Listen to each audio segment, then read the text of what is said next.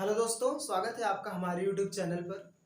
आज हम बात करते हैं एक सिद्धांत के बारे में जो सीटेट में 4 से 5 प्रश्न पूछे जाते हैं या 4 से 5 नंबर के आते हैं। इस सिद्धांत का नाम है नैतिक विकास का सिद्धांत। बच्चों, जो नैतिक विकास का सिद्धांत है सबसे पहले पूछता ही है किसको किसने प्रतिपादन किया था इसका। तो इसका प्रतिपादन कोहलबर्ग नामक मनोवैज्ञानिक ने किया था।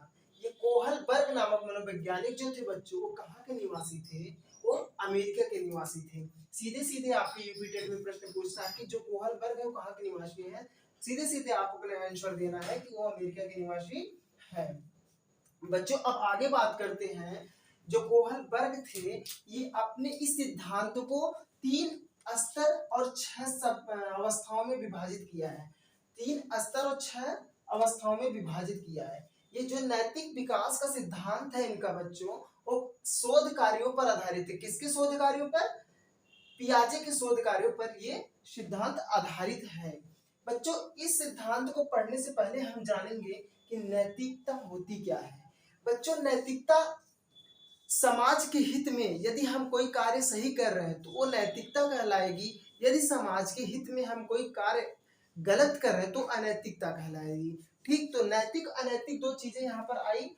अब इस पूरे थियरी को पढ़ने से पहले हम एक आपको छोटी सी कहानी सुनाते हैं कि एक हिंद नामक व्यक्ति था जिनकी पत्नी बहुत बीमार थी। उन्होंने डॉक्टर को बुलाया और डॉक्टर ने एक दवा लिख के दिया उनको कि यदि आप इस दवा को लेके आएंगे तो भी तभी आपकी पत्नी की जान बच सकती है। तो हिंद क्या करते हैं, उस पर्ची को लेते हैं और चले जाते हैं मेडिकल स्टोर पे, या कह लीजिए उस व्यक्ति के पास जाते हैं जिसने उस दवा को बनाया है। ऐसा एक ही व्यक्ति था जिसने उस दवा को बनाया था। तो बच्चों, हिंज ने उससे दवा मांगी और वो व्यक्ति कहता है कितने कम पैसों में हम इस दवा को नहीं दे सकते हैं। तो हिंद बड़े दुविधा में पड़ गए। अब उन्होंने सोचा कि इस दवा को क्यों न मैं चुरा लूं। थे उन्होंने उस दवा को चुरा लिया और ले जाकर डॉक्टर को दे दिया, जिससे उनकी पत्नी की जान बच गई। अब बच्चों, यहाँ दो चीजें निकल के आती हैं। चोरी करना गलत बात है। यदि वो चोरी किया तो सही था या गलत, ये आप लोग हमें बताइए। बच्चों, अब इसको हम आगे बढ़ने से पहले दो शब्द और समझते हैं कि एक नैतिक दुविधा क्या होता है, एक नैतिक तड़कड़ा क्या होता है। नैतिक दुविधा को अंग्रेजी में कहते हैं कि मोरल डिलेमा, और नैतिक तड़कड़ा को हम अंग्रेजी में कहते हैं कि मोरल रीजनिंग। बच्चों, नैतिक दुविधा ये होती है कि जिसमें व्यक्ति या कोई बालक होता है वो डिसीजन नहीं ले पाता है, सही गलत का निर्णय नहीं ले पाता है बच्चों। और जो नैतिक तड़कड़ा होता है उसमें से एक डिसीजन ले लेता है व्यक्ति या बालक। जैसे हिंज ने चोरी करने का निर्णय ले लिया, ठीक। अब वो निर्णय सही है गलत ये नहीं मैटर करता है, बस नैतिक तड़कड़ा मतलब ये होता है कि डिसीजन लेना, चाहे वो सही हो या गलत हो, ठीक। तो जैसे हिंद ने चोरी करने का निर्णय ले लिया और नैतिक तड़कड़ा के अंतर्गत आएगा।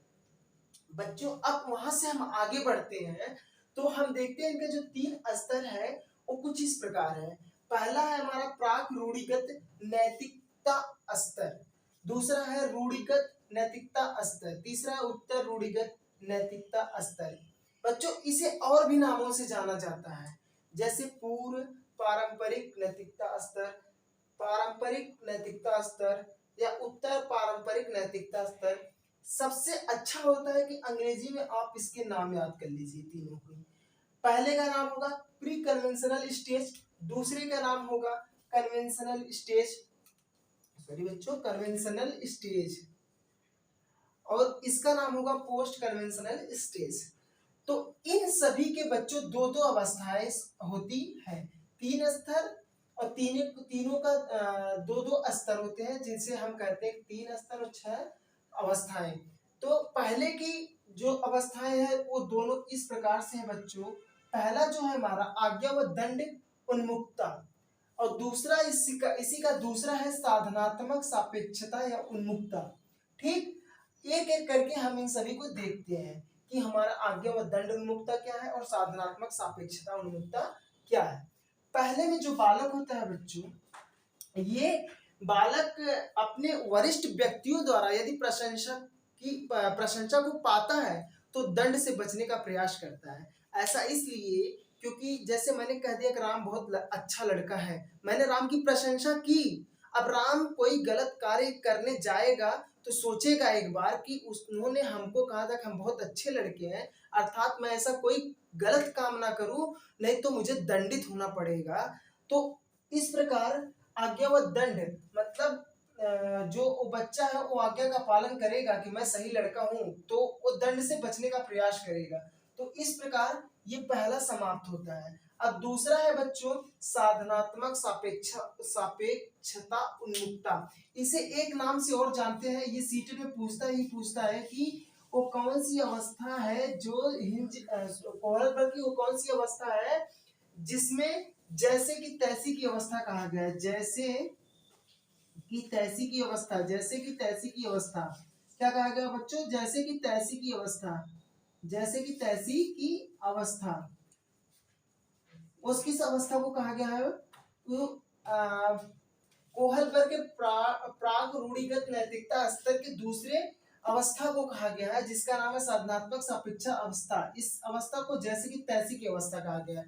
जैसे बच्चों यदि आप हमारे बर्थडे पे आप हमको गिफ्ट देते हैं तो बदले में मैं आपको बर्थडे पे गिफ्ट दूं, ये जरूरी नहीं है कि दूं ही, लेकिन एक सपोज दैट मान लीजिए आपने मुझे गिफ्ट दिया, मैंने भी आपको रिटर्न में दे दिया। जैसे आपने मुझे स्कूल में टिफिन, मैं स्कूल में टिफिन लाया हूँ और आप भी लाए, हम दोनों ने शेयर करके टिफिन को खा लिया, तो जैसे कि तैसी ये अवस्था कहलाती है।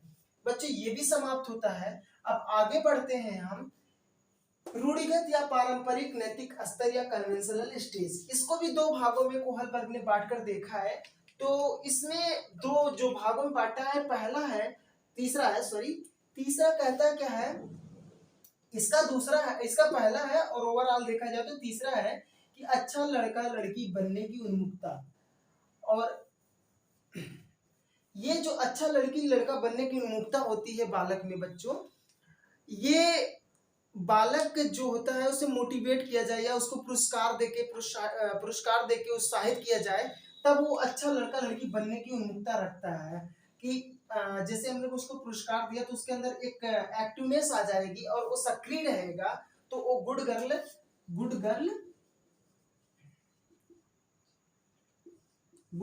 और गुड बॉय बनने का प्रयास करेगा। ठीक, एक चीज मैंने यहाँ बताना भूल गया बच्चों की ये जो होती है 4 से 10 साल की अवस्था और ये 10 साल से 13 साल की अवस्था, और बच्चों ये जो हमारा है 13 साल से प्लस की अवस्था में होता है। बच्चों यहाँ तक हमारा समाप्त हो गया कि गुड गर्ल और गुड बॉय। अब बात आती है चौथी अवस्था की। चौथी अवस्था में है कानून व व्यवस्था की उन्मुखता। इसमें जो बच्चा होता है बड़ा समझदार बन जाता है। बच्चा बहुत समझी समझी बातें करता है कि वो कानून के द्वारा बनाए गए नियमों व्यवस्थाओं इत्यादि का पालन करता है। वो सोचता है कि जो कानून के द्वारा बनाए गए नियम हैं लोगों के भलाई के लिए, तो उसे वो मानता है। ठीक, तो इस प्रकार से बच्चों ये चौथा भी समाप्त होता है। यदि पूछ लिया कि जो कानून व व्यवस्था की उन्मुखता वाला अवस्था है ये कोहलबर्ग के कौन से स्तर की बात है, तो आप कहेंगे रूढ़िगत नैतिकता स्तर के नैतिकता स्तर की बात है। अब बच्चों उसी प्रकार आते हैं हम हमारा तीसरा जो है उत्तर रूढ़िगत नैतिकता स्तर, या इसी को कहते हैं कि पूर्व पारंपरिक नैतिकता स्तर, या कहते हैं पोस्ट कन्वेंशनल स्टेज। बच्चों वीडियो बीच बीच में आप रोक कर एक बार इस शब्द को दोहरा लेंगे, इसलिए दोहरा लेंगे क्योंकि फिर आप रिवाइज करेंगे तो आप आसानी से इन शब्दों को बिना कठिनाई से बोल सकते हैं, जिससे याद भी हो जाएगा। बच्चों अब इसमें बात करता है कि सामाजिक अनुबंधन की उन्मुखता। ये इसमें बालक क्या करता है, अभी इस वाले स्टेज में क्या कह रहा था कि जो नियम बनाए गए हैं या व्यवस्थाएं की गई हैं कानून के द्वारा और लोगों की भलाई के लिए की गई, इस अवस्था में बात किया था। लेकिन यहाँ आके इस अवस्था में जब पहुंचता है बालक, यहाँ आकर कहता है कि यदि कोई नियम बना है, कोई कानून बना है, उससे अगर किसी की नुकसान होता है, किसी का नुकसान होता है, तो उस नियम और उस कानून को तोड़ देना चाहिए और उसकी भलाई करनी चाहिए। ठीक, तो इसमें बालक जो होता है बड़ा समझदार बन जाता है और लोगों के हित के बारे में बात करता है। तो ये जो अवस्थाएं हैं ये उत्तर रूढ़िगत नैतिकता स्तर की अवस्था है, जो कोहलबर्ग का ओवरऑल पांचवी अवस्था है, जो पांचवी सब स्टेज है, उसमें ये बात कही गई है। अब छठवें और लास्ट के बारे में बात करते हैं, तो सार्वभौमिक नैतिक सिद्धांत उन्मुखता। ठीक, इसमें जो बालक होता है वो खुद के विवेक से, स्वयं के विवेक से कोई डिसीजन लेता है। ये नहीं कि समाज के जरिए कि समाज ये कहता है अच्छा है, कि वो कहता है अच्छा है, ये सब वो नहीं सोचता है। वो क्या सही है क्या गलत है वो खुद समझकर विवेक, अपने विवेक पर वो डिसीजन को लेता है। और इसमें जो बालक होता है ना बच्चों, वो दूसरों के हित के लिए अपनी जान तक भी दे सकता है। जैसे हमारे भगत सिंह, हम सबके चहेते भगत सिंह, हम सबके आइडियल भगत सिंह, हम सबके रोल मॉडल भगत सिंह थे, जो उन्होंने दूसरों के हित के लिए, दूसरों की भलाई के लिए अपनी जान तक दे दी। तो इस प्रकार ये तीनों इनका स्तर और छह ये अवस्थाएं समाप्त होती है बच्चों। अब इनसे संबंधित कुछ आलोचनाएं की बात कर लेते हैं कि इनकी जो आलोचना थी वो कैरोल गिल्गिन ने इनकी आलोचना की थी। किस बेस पे की थी कि जो इन्होंने अपना ये मॉडल दिया है बच्चों, ये इसमें पुरुषों को ही महत्व दिया है, इसमें बच्चों को ही लेके इन्होंने अपना ये नैतिक स्तर का विकास का सिद्धांत इन्होंने दिया है। इसमें महिलाओं या लड़कियों को लेकर इसका एक्सपेरिमेंट नहीं किया गया है। तो इसकी आलोचना ये इन्होंने किया है। और जब भी पूछे सीटेट में पूछे कि कोहलबर्ग की आलोचना की है, किसने की है, तो आपने ये नाम याद कर रखना है। ठीक, आप इस नाम को याद रखिएगा क्योंकि ये पूछ सकता है। और इन्होंने अपने सिद्धांत में कल्चर को इम्पोर्टेंस नहीं दी है। ये भी पॉइंट आप ध्यान में रखिएगा कि जो हमारे कोहलबर्ग महोदय थे, उन्होंने अपने जो नैतिक विकास का सिद्धांत दिया था उसमें कल्चर का कोई महत्व नहीं दिया है। तो इस प्रकार बच्चों हमारा ये नैतिक विकास का सिद्धांत पूरी तरह से समाप्त होता है।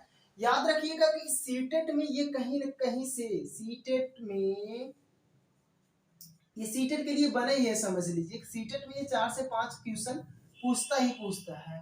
ठीक, तो आपको ये एक बार बीच बीच में वीडियो को रोककर इसको दोहरा लेना है। दोहरा इसलिए लेना है क्योंकि पहली बार जब हम कोई शब्द सुनते हैं तो हमारे दिमाग में नहीं बैठता है। जब उसको हम दूसरी या तीसरी बार सुनते हैं तो वो अच्छी तरह से बैठ जाता है, जिससे फिर और जाता नहीं है, अस्थाई मेमोरी में चला जाता है। तो बच्चों इन सबको याद करके आप सीटेट आप अच्छे से दीजिए। जय हिंद, वंदे मातरम।